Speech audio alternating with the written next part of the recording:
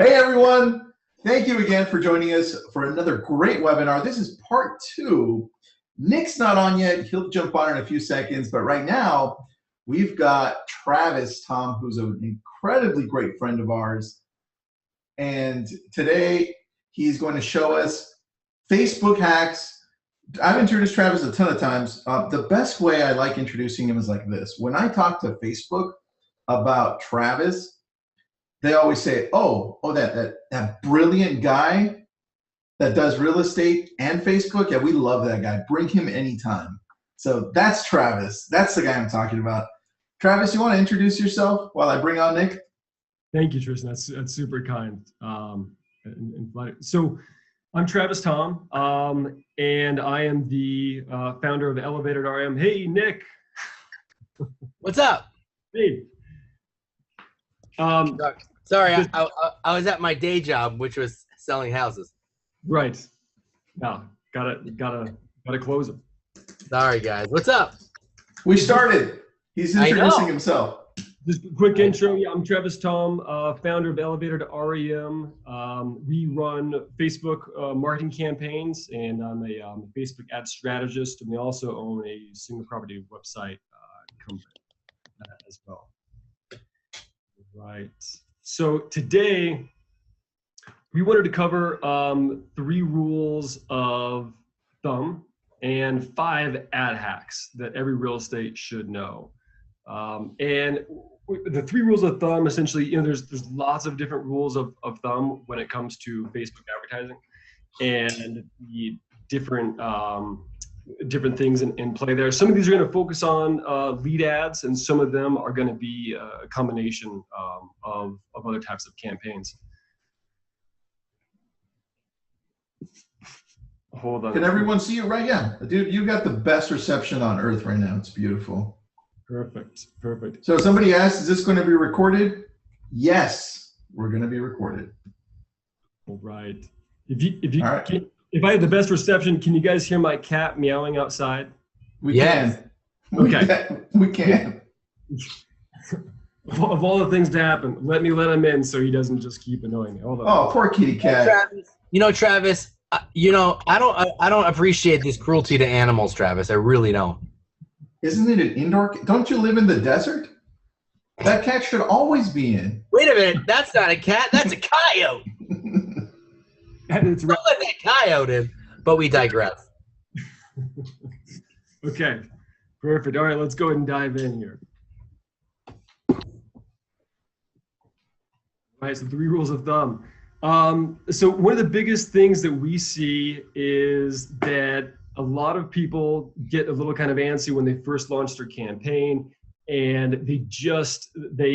if they're not seeing results right away, they're not seeing conversions or the click-through rates or the amount of leads they want, they start to go in and 24 hours later change the ad targeting, or they start to mess with the ad copy, whatever it might be. You really, when you launch your campaign, you don't want to touch it for 3 days. You just want to sit on your hands and don't touch anything, because Facebook is essentially trying to optimize your ad, trying to find the best audience to match with your targeting and your bidding to pull those people in. So you need 3 days to just let it ride out. And essentially the first 3 days, you're kind of losing money. So just be aware that those first 3 days you're running it, it's probably not going to be the most rewarding 72 hours, but then after that, that's when Facebook is optimized, and you can then go back in, and if you have, let's say, a spelling error, or you want to change, a few different things in there, you can switch it up and start to change it. So just a good rule of thumb. Otherwise, Facebook will start and stop, and it might mess up your entire campaign. Second rule of thumb: all websites should have the Facebook ad pixel. This is really key right now for a few different reasons. The Facebook pixel, if you haven't installed it yet, please do so, because the Facebook pixel allows you to build retargeting audiences. If anyone visits your landing pages or websites, wherever you have your pixel installed, you can run ads based on the pixel, right? Dedicated to that traffic, and the various different things that it does. Another big thing is Facebook recently, about 45 days ago, updated the pixel. A big update where they added automatically micro data into it. And that micro data is into the actual Facebook graph. So what it's doing is it's pulling information from your website, the actual micro data. So the behavior that people take on your website. Are they clicking a button? Did they scroll, past 30% of the page going down? What other forms did they enter? So it's looking for all this information, aggregating it, and sending it back to Facebook to truly just to optimize your campaign so you can get a higher conversion rate. So if it's going to your landing page, it's looking at the exact actions people are taking on your landing page. If they bounce out sooner, what's the load time? What's the actual actions that they're taking? And then they will serve that data back into Facebook to your campaign and optimize the ad in the best way. So Facebook Pixel has been making some big updates and behavioral, updates to be able to really see exactly what people are doing. Make sure you have that installed. That update isn't something that you need to do; is automatically done to your Pixel if you have installed your Pixel. I believe it was past April 20th to make sure that you have an updated Pixel. Go ahead and just check on it and make sure that it's running.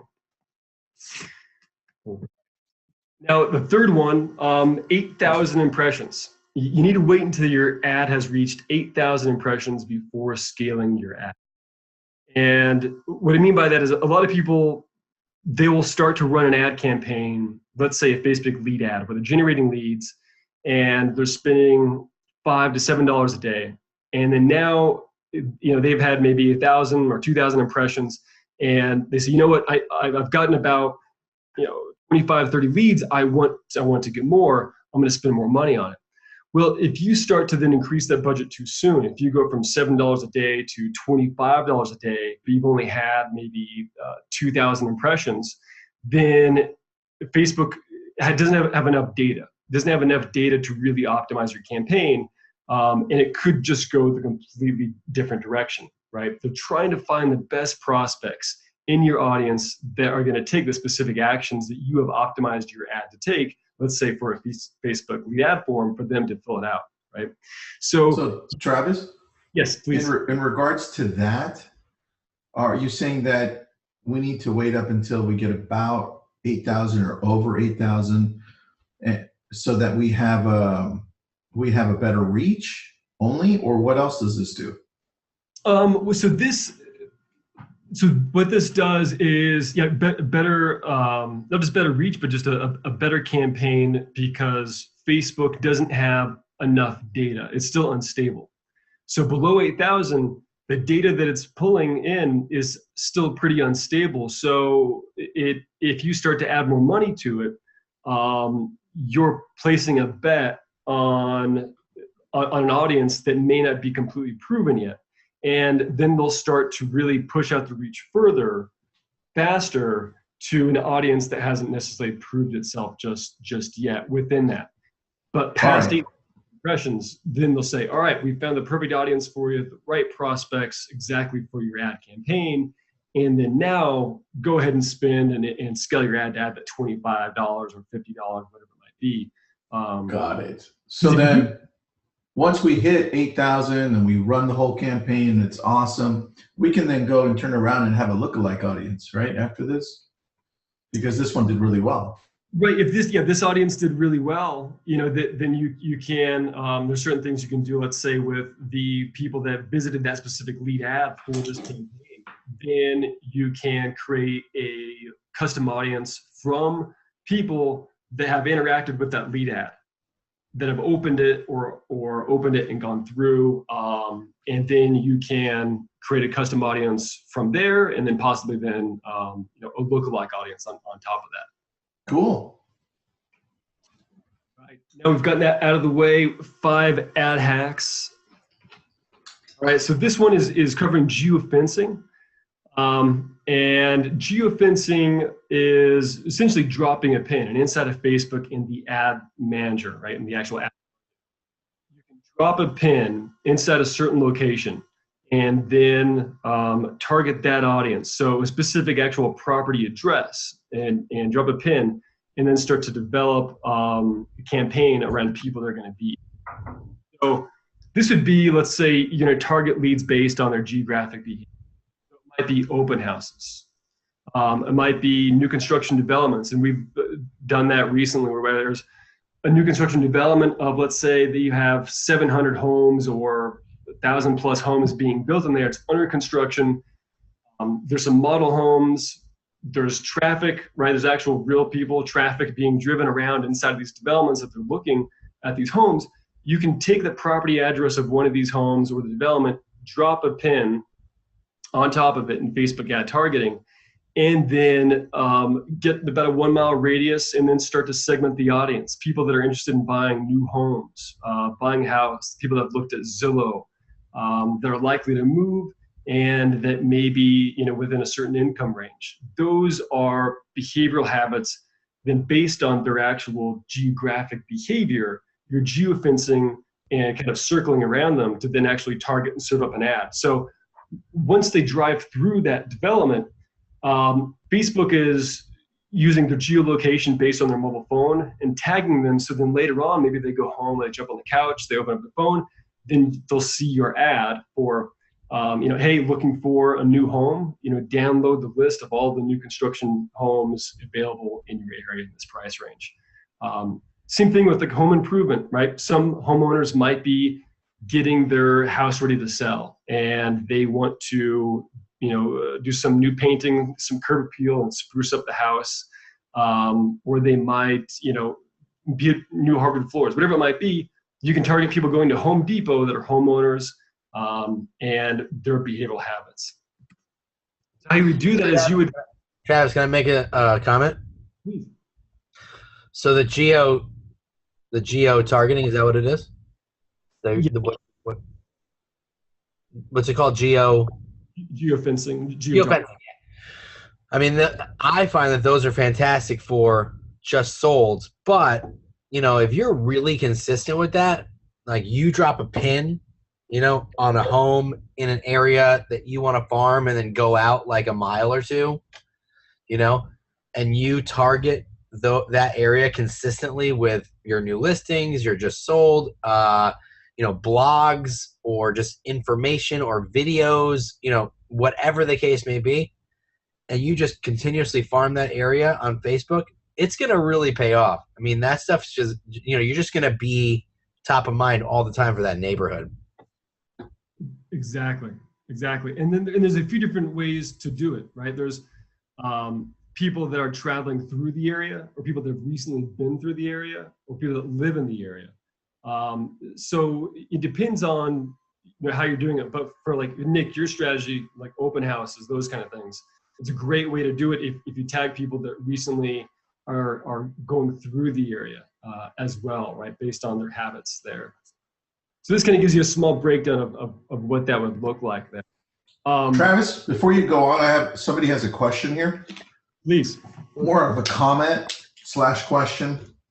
It says Albert Vasquez is asking, regarding geofencing targeting, I feel Facebook is limited. I can't really target down a certain area because it gives me a 1 mile radius around the area, and that's too far out. What do you have to say to that? I think you can do half a mile, right? Yeah, it crunches it down just to a mile, unfortunately. That's the tricky part, is that you can target a certain location, and there are some limitations with that, right? Because there is that 1 mile radius that you're. Well, I think it's doing that because you really need a lot of people to make this work, right? So if they narrow it down to what, a block, how much are you really going to get from there? If you have some specific data prior to this, let's say you are trying to target then only one part of a subdivision, right? A really small community. And if you have data, let's say from Co-Realty Resource, right? Or some sort of data, about neighborhoods, you could potentially create custom audiences of all the areas around that within the 1 mile radius of that certain neighborhood or community, and then create custom audiences and then exclude those audiences from there. However, it is still pretty tricky because there's some overlap, and sometimes the data is not as spot on as it is. This kind of strategy is typically for people that are going to be traveling through a certain area at a certain point in time based on an actual behavior or habit that they're taking that indicates their effective action later on, right? So an open house, if they're driving through an open house area within a 1 mile radius, then that might be part of their work routine, right? That's how they get to work, or they drop their kids off around there. And most people buy within a 12-mile radius of their previous home. So 1 mile, it still sounds kind of big, but in the scheme of things, if there is some overlap and you're carving out the behaviors, though, saying, well, they need to be likely to move, or the buyers, or the homeowners, it's really just kind of slicing down behaviors and habits and interests in order to try and get the most specific type of audience that you can. So there's a lot of work into it, and it's not a perfect science, but mainly for, let's say, people taking action based on their geolocation habits. 2 questions, Travis. One, Philip Valissa. I'm sorry if I screwed that up, Philip. But he's saying, this is awesome. You can use it to target a convention in town, like a new homes convention. But doesn't this get you too few impressions, let's say over a weekend event? To get the 10K minimum that you were talking about from the last webinar? Mm-hmm. Oh yeah, so the 10K minimum of the ad spend for like a lead ad form? Yeah. Well, there's different types of ways to do it, right? So to kind of not to get too deep into it, but there's CPM and then there's OCPM. It depends on the campaign objective that you're trying to choose. So if you have a link click ad that would be going to a landing page, or if like for this one example, right, this text preview, right, we have a short code here, we're using call action as this would be more on reach, which is not OCPM, which is cost per thousand per mile for impression. So it depends on your objective and what you're trying to have happen. But you do want to run that campaign, for a certain period of time and dedicate a budget to it, but really understand is it reach, or is it a link click ad, or is it a lead ad form? The 10,000 rule for audience size is really just more about cost. And so it is going to cost more, right, if you're having an audience that's less than 10,000. But is that going to necessarily be harmful if you do get a buy or a lead out of it that turns into a sale? You have to really figure out your return on investment on that and just work. All right, and then Jeffrey Thompson. What's up, Jeffrey? Has a question. When you're dealing with rural America and whole villages, towns, they're only giving you 2,500 total Facebook users. Any suggestions on how to maximize this? As an entire county can give 21,000 to 25,000 people only. That was Jeffrey. Jeffrey, my suggestion is to move. Travis, what do you say? Yeah, get out of that town.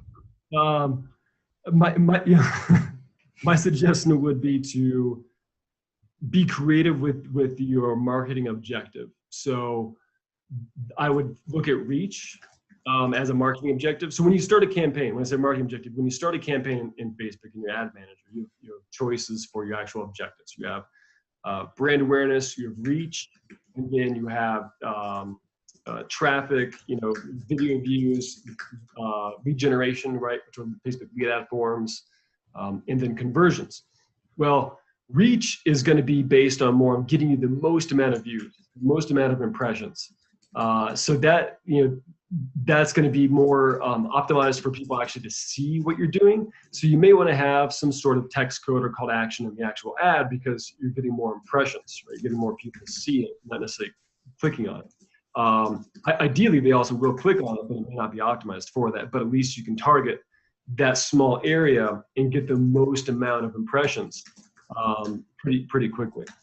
So it just depends on what you do. But I would just say use something like brand awareness or reach to be more creative about that, and then use some sort of creativity inside the ad copy. Great. And one thing I'm going to interrupt you on, only because Nick and I have done this in the past. An anonymous attendee, whoever that would be out there, is asking. Wait, did somebody submit a question as anonymous? Yeah, I love that. They don't want us to know who they are. Okay, got it. All right. Would targeting expireds with ad copy / landing page, would that, let's see, have you tried selling your home in the past, that type of thing? Or something similar? Do you think that would be too stalkerish? Nick, I'm going to let you answer that because we've been doing it for a long time. I mean, there's a couple things with targeting expireds. I kind of stopped doing it because I actually think it might violate Facebook's terms of service. But, what do you think, Travis? Does it? I'm not sure 100%. Tell me, I mean, I've been there with you guys when you talked about it. Yeah, so I think Facebook may have changed their TOS where, like, you can't, you're out really, I mean, you can, but you're not supposed to upload a database that hasn't opted in already with you. So I think that's that might be a gray area. I think I used to be okay, I believe, but I feel like they changed their TOS just to protect some of their users. But well, the data they're getting is from Redex. So what they're doing is what we were doing, Nick, which is the custom audience, right? Just uploading a whole bunch of expireds for like the last year, then having an ad copy saying, hey, find out why your home didn't sell, right? Right. I don't think it's creepy. I mean, I don't think it's creepy either. I think that people just don't think about whether things are creepy anymore. You know what I mean? I think that soon as Amazon started following me around with a pair of shoes that I really wanted, I mean, it stopped being creepy at that point. Everybody's doing it. It blows my mind sometimes when people think, oh my gosh, I was just on Amazon looking at diapers, and now they're targeting with diapers. I mean, it's just the way it is. I mean, as long as the only way to avoid that is if you always sign out of your Facebook every time you go to a different website.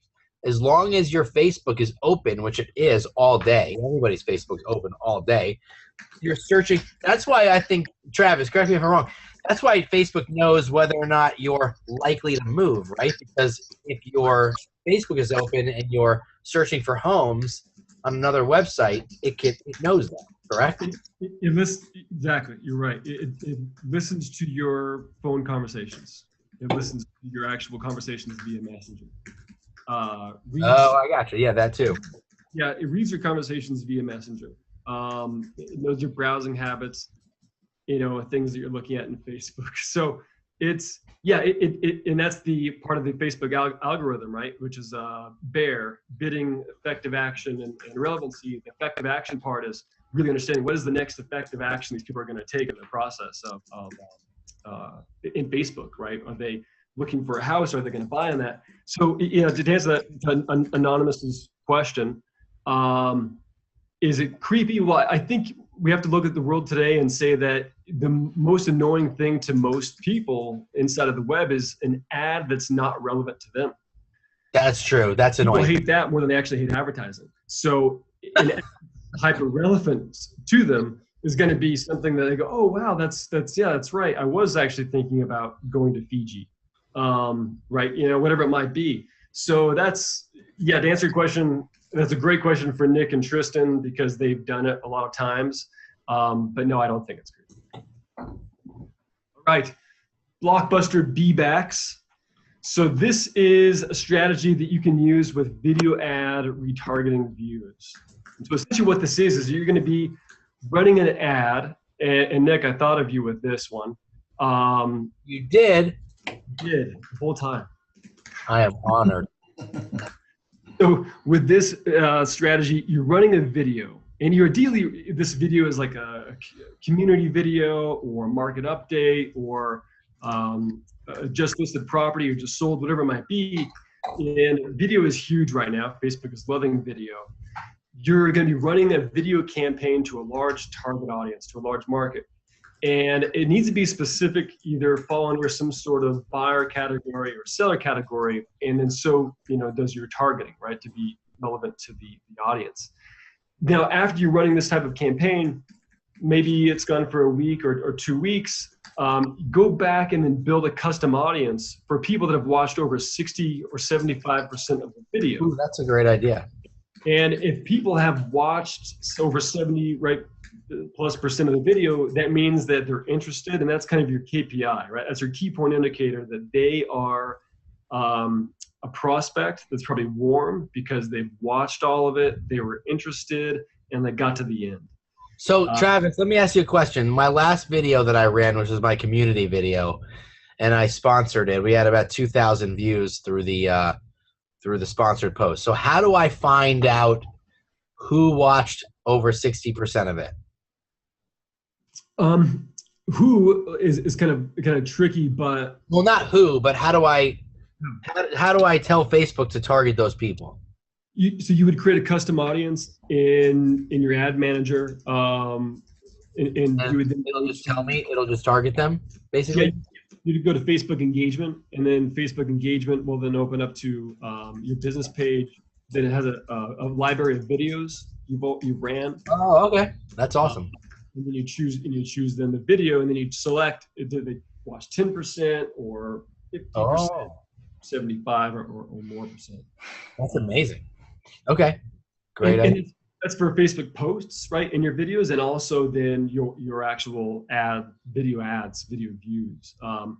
Ideally with this, you would then take that audience and create a campaign to then target that audience with a new ad. And so, if it's for sellers, right, if the original video is more seller centric, then you might want to have a Facebook lead ad that targets that audience. That would be something about, download our market report or a seller's guide or whatever it might be that would be hyper relevant to sellers. And then same thing with buyers, right?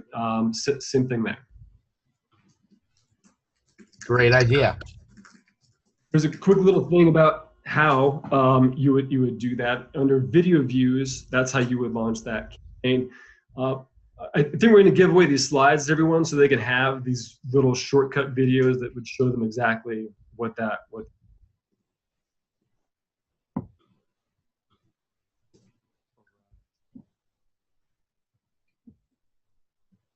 Nice. Facebook Messenger bot. Oh yeah, I'm excited. This is why I'm here. And Nick's going to create a video on this soon, right, Nick?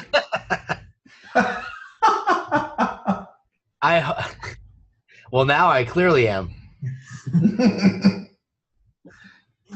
So the Facebook Messenger bot is kind of an untapped lead generation strategy. And it's really been, some of the bigger companies have been doing it, airline companies, and now it's really spreading pretty fast. I've been doing it for my business for Facebook advertising, and over 2.5 months now, I believe as of today, I've had over 217 actual conversions where people then convert to talk to me and schedule an appointment. Where I'm sending traffic to an actual ad, and then they talk to my bot, has a conversation, set up an appointment, and talk to them. And we're starting to roll this out to a few of our clients and show them. And I've seen a few other people outside, also in the real estate industry, start to adapt and create these. And so it's a great way to engage in conversation and to delight people. And so a Facebook Messenger bot, essentially, you're going to create an ad. Well, first you're going to create your bot, and then you're going to run an ad driving traffic to that. And part of the beauty of it, right, is that it answers messages for you. It creates this engagement and this kind of delightfulness, right, of going back and forth, and people want to know, like, well, what's going to happen next? So they keep engaging with it, and it is this really special rapport that you get to curate this environment. You get to curate questions and answers, right, of what people are going to say and do, and then eventually drive them to a conversion to set up a buyer consultation, a seller's consultation, whatever it might be. You can be really playful, or you can be just really kind of more analytical and say, what area do you live in? And they would type it in. Say, all right, here's your market report. Go ahead and download it here. Hey, by the way, are you interested in a home valuation? Do you want to talk over the phone, or do you want a seller's consultation? Or are you thinking about buying or selling? And they can then start to build up those that process. Hey, Travis, quick question about bots. Can you guys hear me, by the way? Not at all. I can't hear anything. Yeah, I can hear you fine. Okay, it's probably better if you can't hear me, right? I was gonna ask about bots. So, two things. You might cover this next, but what would an ideal Facebook ad look like for a messenger call to action, right? That's essentially what you're trying to have them do, right? Like, would it be like, let us help you in real time or something along those lines? And when your bot interacts with somebody and the conversation's over, where do you go to find the conversation? You just go to your business page and look at the recent conversations, or does Facebook notify you in some way? Great question. So Facebook notifies you when someone starts to engage with your bot. Okay. Say, Travis Tom has started a conversation with Nick's bot, and so it'll pop up on your phone. And if you have if you download the Facebook Pages app to manage your pages, it'll notify you via there with a text message. Oh, okay. But then you can click on that and you can actually see people in real time engaging with your bot. And then that's super cool. So it's fun, it's kind of a fun thing to do, and then you can jump into the conversation and answer some of their questions. But to answer your question, what does an ad look like? Really, I think that the sky's the limit with the different types of call to actions you could really have. But ideally, you want to have them, you want to give them instructions, right? Yeah. Tristan? Oh, good. Thanks, man. I didn't know if you could see my hand. Okay. Lisa Contreras is asking a question that everyone is going to real quick. I don't know. Shoot. Real quick for you. So I'm just trying to figure out, because bots are they're so new, right, to Facebook. I'm just trying to figure out how you would explain in an ad to someone that go to the messenger button. Like, I'm just trying to figure that out, like what would the type of ad copy be for a buyer or a seller? Like, are you looking for your home? Let us help you in real time. Like, I'm trying to figure out how you would phrase that. What that might be. Yeah. I think you probably want to be, and here's to kind of circle back to it. There's a big competition right now between Facebook lead ads, landing pages, and then messenger bots. Right. And each one almost does the same kind of thing in my mind from a conversion optimization standpoint, which is that you're giving away something of value, ideally, right? You're trading information for information. So if you have an ad that talks about download, the latest market report, or how much did this house sell for? Take the quiz. Something like that you're giving them information. So in mine, I give away a video strategy. So you might have something that you're giving away that they click on it and they get sent directly then to a messenger bot. And then I think running a competition would be great, man. Say, hey, look, guess the price of this home. Message me the price that you're guessing. Right. And then they message you, 500,000, 300, and then you're running a competition to see who wins, and you give away movie tickets. or something along the lines, but you really engage with people. 4 of the same questions here. Where do you get a Facebook Messenger bot? How do you make one? Travis, can you do it for people? That's what people want to know. Sure thing. So, so this is Chat Fuel right here that we're showing. And so Chat Fuel, you just go and you choose the page that you want to connect to, and just go ahead and hit, connect page, and then it'll instantly publish that to your business manager. So you log in with your Facebook account, you connect your page, and then you start building. This one, Chat Fuel, you're going to start off with a welcome message, and this welcome message is the first thing that they're going to see when they click on the app. It's sent to your Facebook Messenger bot, and you can add a GIF here. You can add an image, a little video. You can really get pretty dynamic with it. For this example, I'm going to say that this is, let's say, how much did this house sold for? Guess your market knowledge. And then you can use this little type thing here, so it has some kind of human element to it, right? People are going to know this is a bot typically because it's going to have kind of a question and answer thing, but you want some sort of familiar, fun human element to it. So then you would type the questions, like how much do you think this sold for? And then you're going to start to actually have answers that you want to pre-populate. So you have to work a little backwards, right? You're going to have to reverse this a little bit. You probably want to, because it is a decision branch tree, right? So it's a question, then question, answer, question, answer. So you want to develop your questions and have those ready. So this one I'm doing now, this is the answer, right? 245,790. I'm developing the actual answer here, and then you want to be playful with some of your copy. I didn't get too in depth in this one, just kind of a brief example of how you would create it. And ideally, you'd want to have a question underneath here, so you can add buttons. So it says add button underneath here. It would be an image or a GIF to be playful. Might have. So is this chatfuel.com or chatfuel.co? What is this? I believe this is chatfuel.com. Yeah, and so this is free up to, I think, 100,000 people, and I really sincerely hope that everyone gets 100,000 people. but it's free up until that point. So this one, I have the answer here, and it said, Yahoo, you got it. All right, congrats, you guessed it. And then there's going to be some sort of question answer below that, because you want this to keep cascading eventually into some sort of offer, right? You want it to go and have a decision branch tree.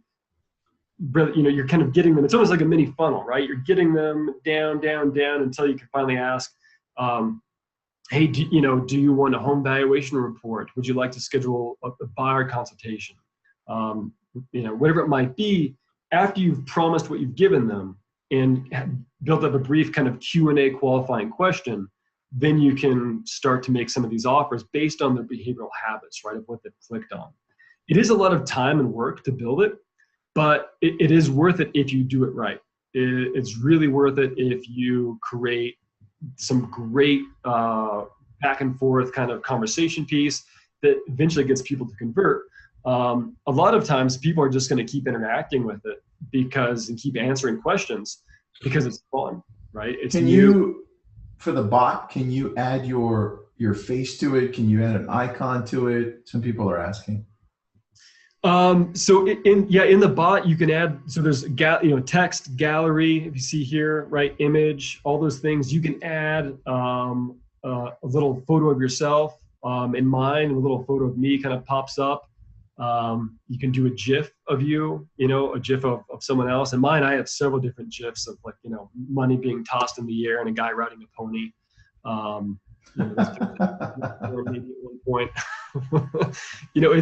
It's fun. So just be playful with it, but err also on the side of keeping the conversation flowing, right? To get to close, right? So make sure that you're providing value. create a good conversation, but then think strategically about what is the content that I'm giving them, and then what else would they want based on them keep answering questions, right? So it's a process, but there's a few different things to kind of take a look at if you wanted to build them. Chat Fuel is one. Mini Chat is another. I think that's also free. Mini Chat, like mini chat? Or mini like more. So Chat Fuel. Mini Chat. I thought it was like mini me, like. Mini, yeah. But no, it's not. Those two are great to use, and the sky's the limit. Really, the sky's the limit on these. I recently interacted with a bot that done so well, it was almost kind of freaky. It was promoting a movie, and it was about AI intelligence, right? Artificial intelligence, and so they kept having the bot tell the story of like he's in this laboratory and how to help him out, and it was a really brilliant way to promote this movie. So there's so many ways that you can do it. It is a time investment, and you just got to think about the strategy that you're gonna. Right. So the buyer boomerang, the listing alert retargeting ads. This one is if you're running a Facebook lead ad, you promoting something for them to download a list of homes, and let's say then you're sending them to your website, and you have a pixel place. Right. Then you want to program that next ad, some sort of carousel ad, to then go out and essentially target those people that have visited your website, bring them back. And so this is a carousel ad with a new listing alert. So it's saying new listings, these properties have just hit the market, they're going to sell soon, don't miss out. And it has some beautiful homes in this carousel ad that's going to bring them back to then your property search again. And reason you would want to do this is because it's great to get leads, right? That's fun. And it's nice to send them to your website, but a good majority of the time, they're going to bounce later on, right? They're going to search or see the homes and then leave. And they're looking on average, statistics show, looking at 6 to 8 other websites. Right? They're looking at 6 to 8 other competitors during this time. So they're on your other competitors' websites, or they completely forgot about the properties that you saw, or that you showed them online. So you want to bring them back with this ad and keep it in front of them. So that way you can keep nurturing them, increase some sort of brand awareness, but then the carousel ad is also right now really positioned well inside of Facebook. It's getting a lot of preference inside of the algorithm to really show to certain people, and it gets a really high click-through rate as well. So with this, you'd want to target people who have not revisited your website, probably in the last 10 to 30 days. So let's say they haven't come back to your website in the last 10 to 30 days. You can segment that audience inside of Facebook, going after custom audience under the creation, and target those people. And if they haven't been back to your website in that amount of time, then it's time to remind them, right? If they're in that mental phase of looking at homes, you need to bring them back.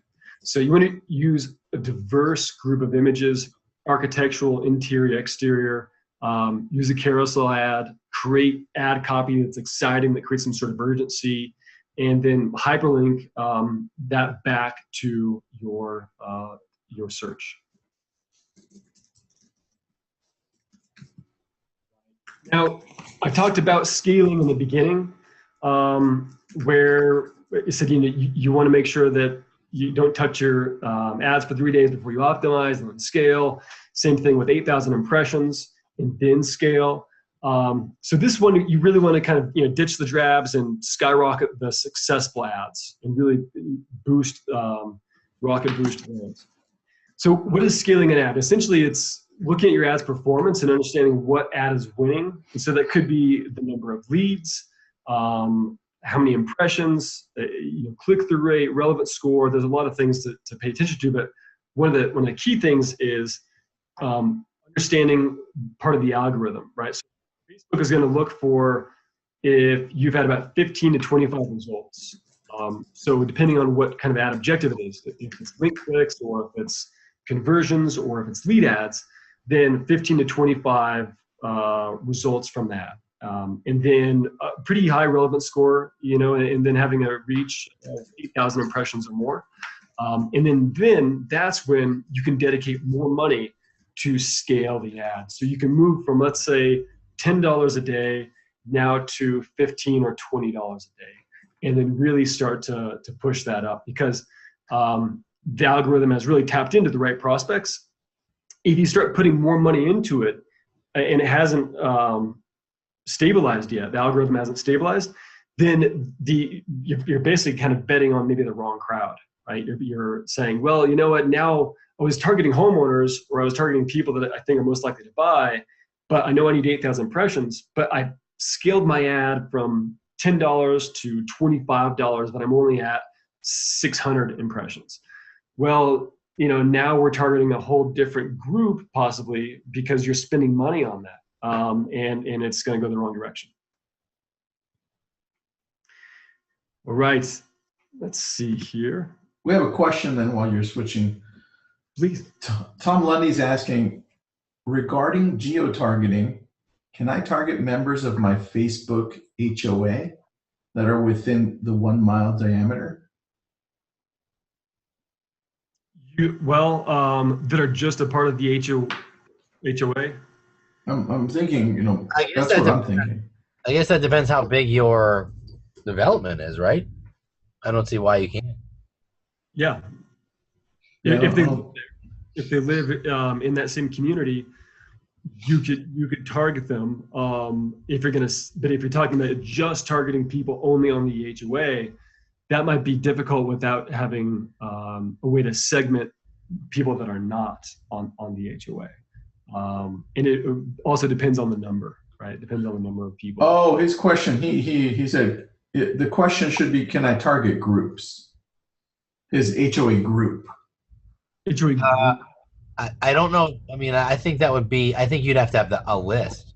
Yeah, from what I know, I think you have to have the actual information for the people you want to target. Yeah, you have to have their email address or phone number or first and last name, because that's a target. That's a custom audience. Right. That's a custom audience. Cool. Facebook doesn't know. I mean, I'm sure they know, and I don't think you can. I don't think there's any other way to do it other than uploading their info. I'm sure you'll be able to target Facebook groups in the future, but we'll see. Right.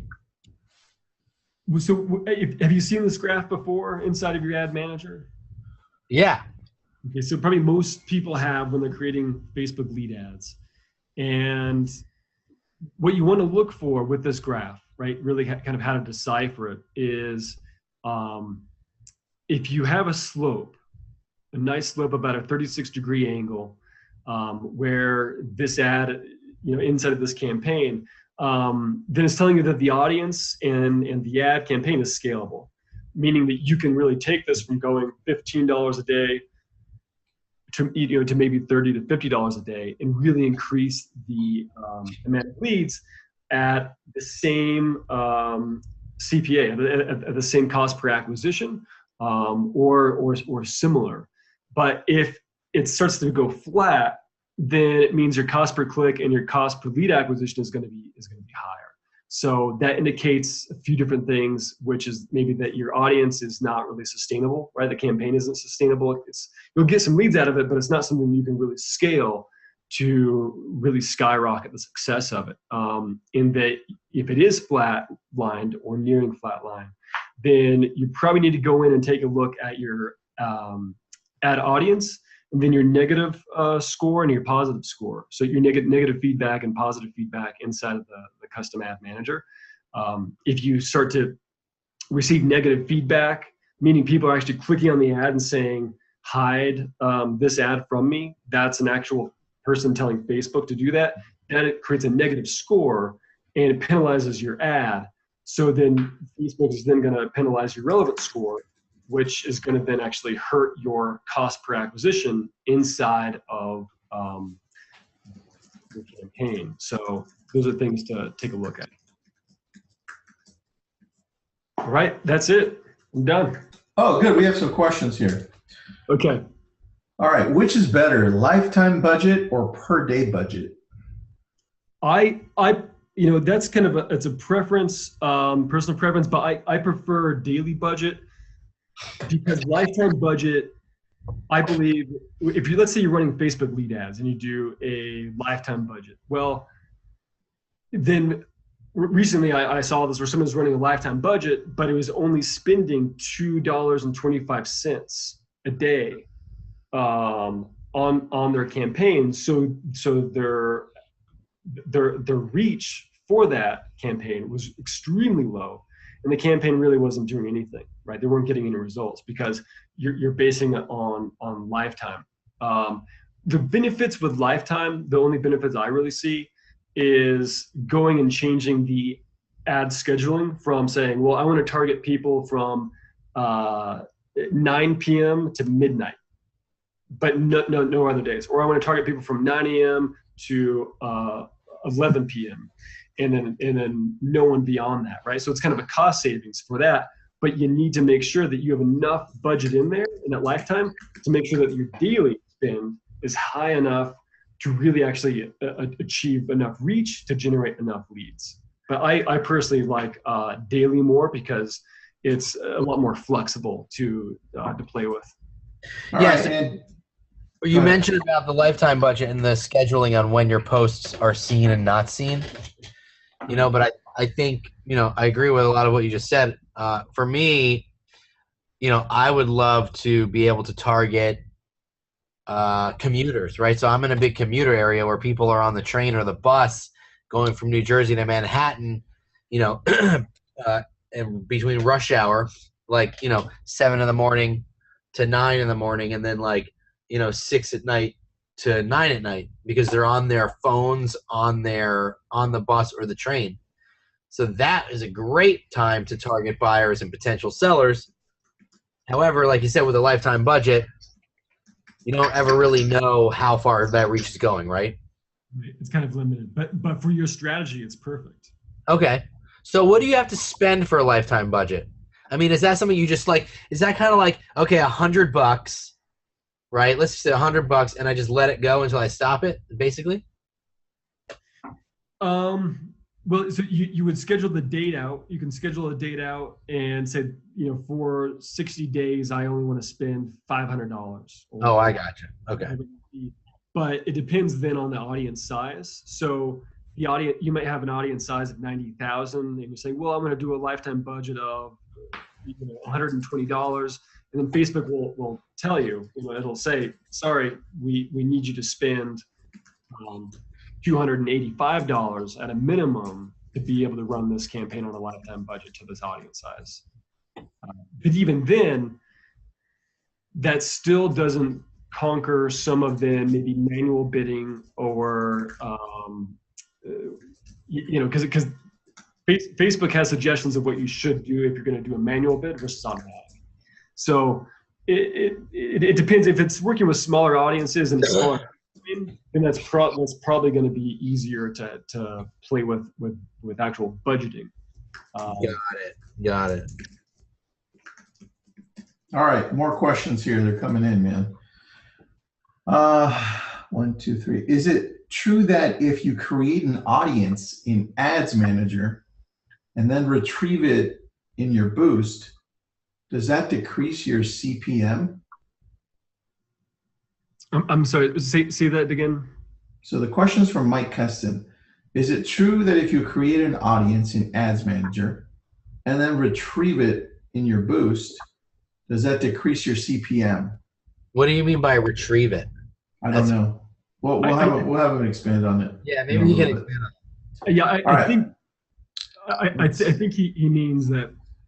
If you create an audience, let's say you're creating an ad and then you save that audience.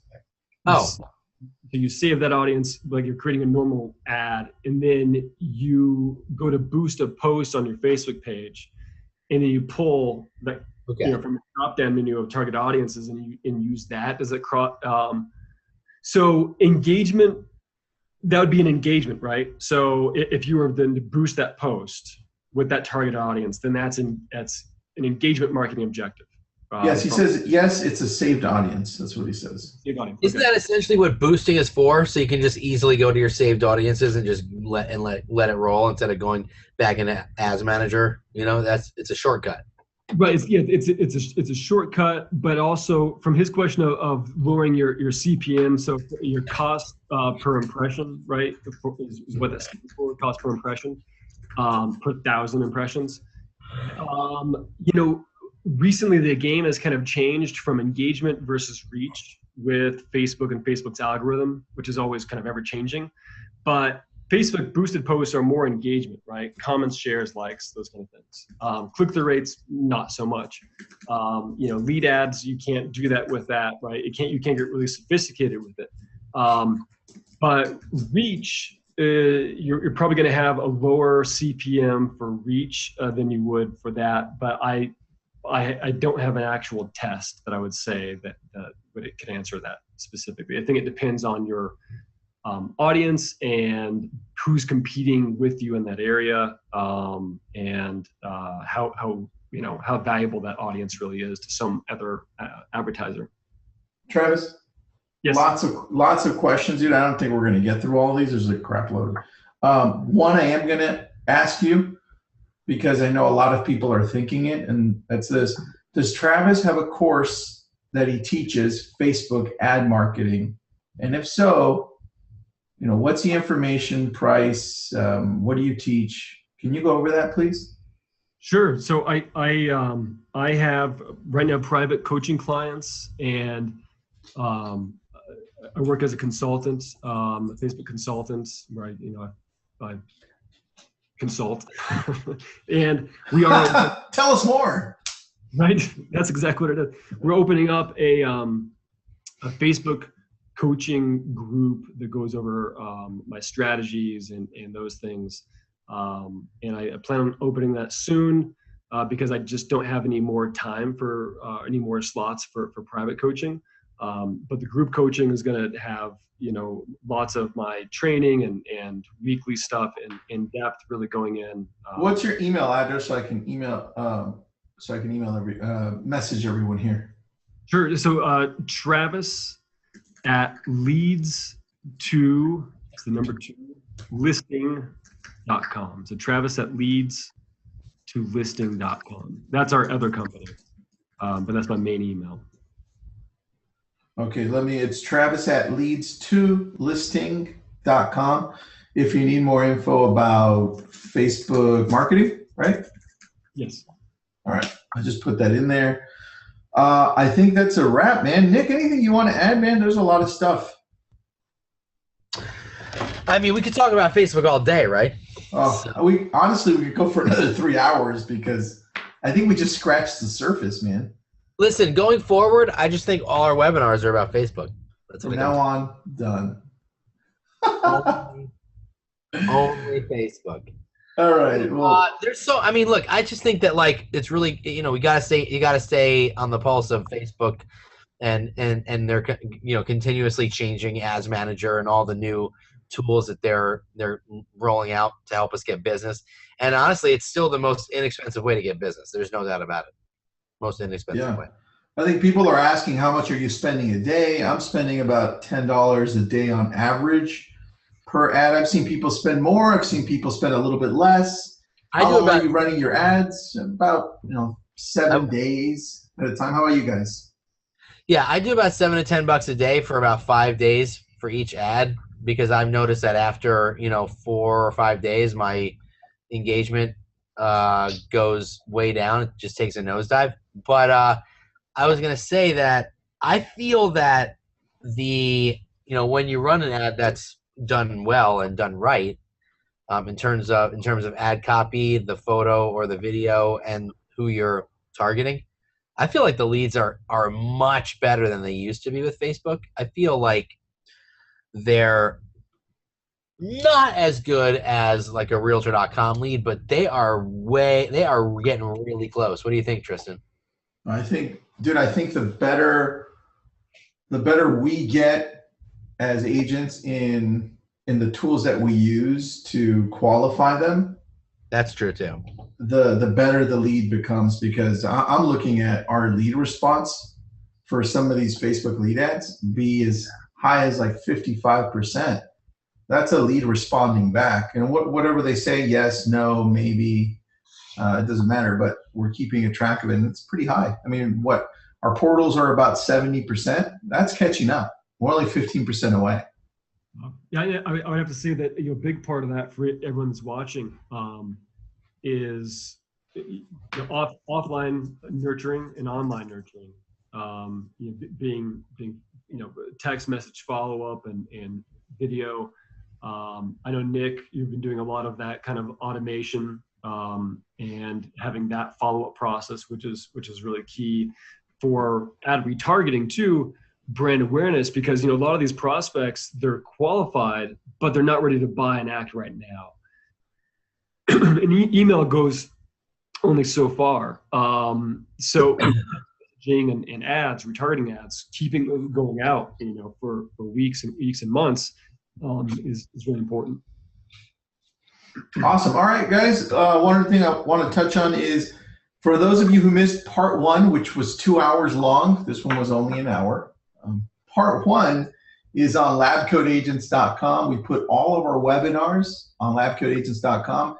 It just takes about 2 days for us to upload to there, because we have to edit and do other things to them. So visit labcodeagents.com for the rest of the webinars. Again, we have one more this month, and then we restart for the next month. By the way, guys, if you go to labcodeagents.com, at the very top, if you're on your smartphone, click the 3 bars on the right-hand side, click categories, and click webinars. All the webinars are there. Very easily indexed for your viewing pleasure. Nice. Perfect. What was the name of the chat bot again, Travis? Oh, so there's Website? Chat Fuel and Mini Chat. Chat Fuel and Mini Chat. I mean, there's tons of them out there, but the ones that I really suggest that are the powerhouses, Chat Fuel and Mini Chat. All right. Travis is out of New Mexico. Nick's out of New Jersey. And I'm out of California. Thank you so much, everyone. Have a great day. Bye. Thank you. Bye.